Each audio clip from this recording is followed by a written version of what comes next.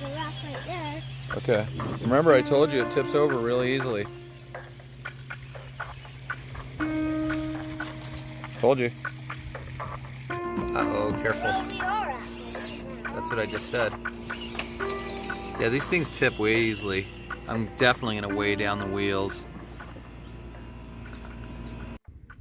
Hey everybody, it's Peter with ClassicSteelRC. I'm back over here talking about the MN model, MN99S-A that I've got.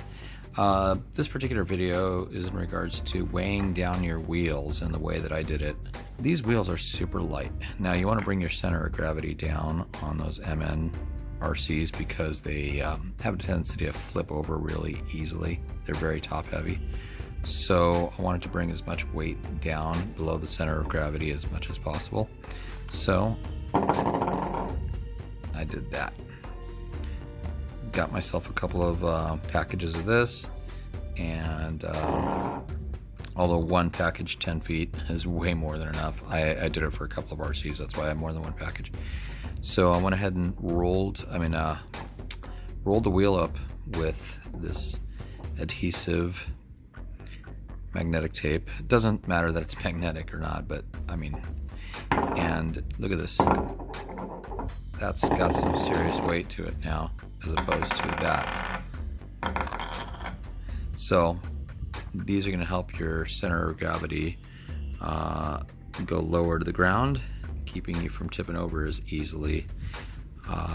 So just wanted to show you. And then basically your tire goes right over it very easily. I've done this already, and I took the tire off just to do this video actually. But you got the inner part of the tire here, which faces the truck, the outer part of the tire that faces outwards. They just kind of go right into these grooves. Just got to make sure you got it done correctly once you're finished. But just wanted to show you what's going into my wheels to keep my CG lower. I'll show you guys some run videos, but just wanted to show you this right now. Listen to that difference.